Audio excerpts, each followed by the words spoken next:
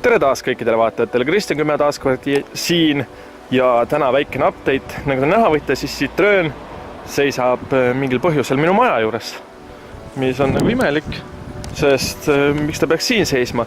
Pigem on küsimus, kus minu Subaru on. Tegelikult sellel on väga lihtne põhjus, mida ma näitan teile kohe ja siis saate ise otsustada. Täna on 6. ja põhimõtteliselt tänase päeva tööd on sellised, et läheme põhimõtteliselt nagu, et uut autot ostma. Mitte päris uut, on ju, kasutatud, aga jah, ja mitte kellelegi teisele muule, kui põhimõtteliselt meie enda perele. Mitte küll minule ja Kerolile, vaid papsile läheme ostame uue auto täna. Sellepärast, et nagu te näha võite, siis kapott on kuidagi pekkis ja üldse kogu esiots on kuidagi sassis. Nüüd jah, nagu te näha võite, siis Citroen on päris nutuses olukorras meil siin. Nimelt esmaspäeva varahommikul umbes 3:30 ajal jäi maantee peal meil kits ette ja tulemus on nüüd selline. Paratamatult, kui ikka 90-ga kitsale sisse paned, siis tulemus ei ole päris hea, nii et jah. Aga pole hullu, ses suhtes kapott on mingi 100 € vähemalt. Ma üritan lammutuses katsida veel, ma ei tea, kas on kuskil. Ühesõnaga, kapott oleks praegu 150 €, tuli on kuskil sott, metallitöid on vaja teha, sest raam ei ole tegelikult kõver. Mõned kinnitusosad on natukene kõverad ja külje osa natukene on kahjustada saanud. Radika ventilaator on perses, radikas on ise natukene viltu, aga õnneks ei ole katki, nii et võib-olla tolle saame ära parandada. Nagu näha võite, siis siit alt on ka natukene katki, selle saab ka võib-olla ära parandada. Põhimõtteliselt ma loodan, et me võtame kindlustuse küll autod maha ära ja see auto jääb nüüd seisma päris pikaks ajaks, nii kaua kuni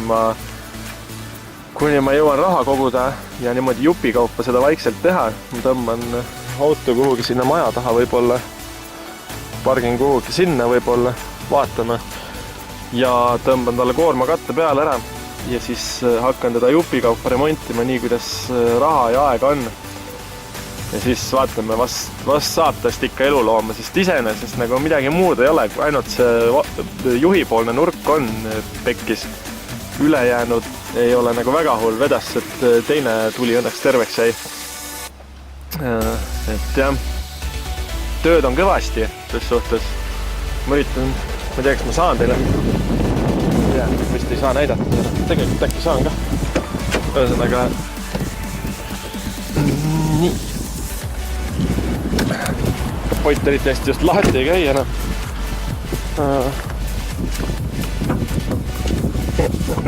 Ja. Eile vähemalt sain lahti, täna hommikul ka. Nüüd.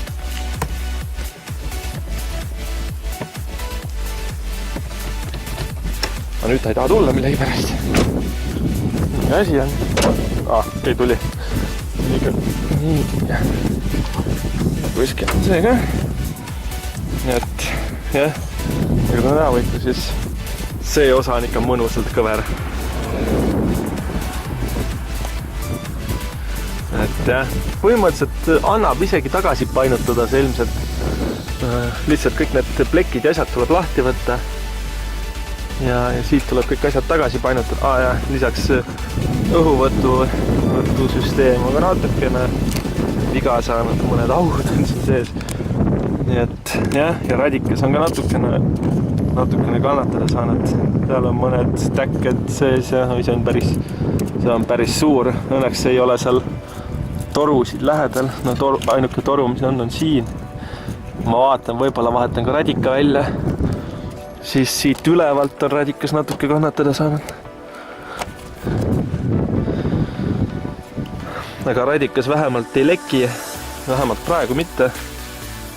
Nii et jah, ja siis ventilaator läheb välja vahetada selle, et siia on ka ühe korraliku matsu saanud. Radikas on oma koha pealt lahti, et radikas põhimõtteliselt liigub siin. Ma arvan, et ilmselt ma vahetan radika välja, kui muud üle ei jää ja siia lendas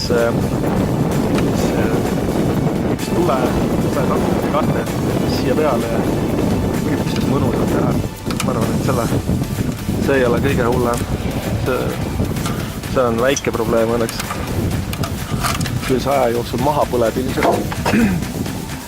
Nii et jah, väga hullu iseenesest midagi ei ole, lihtsalt jah, plekitöid on ja mõned asjad on vaja lihtsalt sirgeks tagasi painutada. Ja siis põhimõtteliselt on tegelikult enam-vähem nagu korras. Vist. See on ka kõver. Nii et põhimõtteliselt see esiosa tuleb täielikult laiali lammutada uuesti. Ja üritada vaikselt vaadata, kuidas see kõik sirgeks saab. Aga ma loodan vähemalt, et ma saan ta sirgeks. See osa vist on ka. Aga jah, ühesõnaga tööd on päris palju. Aga lootused on suured, et äkki õnnestub ja kui ma seda nüüd siiski korda ei saa, siis ei ole midagi parata, tuleb auto maha ära kanda ja nii ongi. Nii et jah. Aga selline lugu siis meie Sidruniga. Me vaatasime ühte Peugeot, ilmselt lähmegi ostame tolle. Peugeot 307 vist oli, või 306. Sama mootoriga, mis Citroenil. Ja ma loodan, et võib-olla äkki isegi väljad ja augupoldid sobivad või rattad põhimõtteliselt võib-olla sobivad isegi sellele, nii et jah, nii et ja ega muud ei olegi tänaseks tegelikult, nii et jah, selline väike story siis. Aga tänan vaatamast, likeige, kommenteerige, subscribe'ige ja kohtume juba järgmisel korral, kui võib-olla hakkame seda Citroeni vaikselt putitama. Nii et jah, tšau!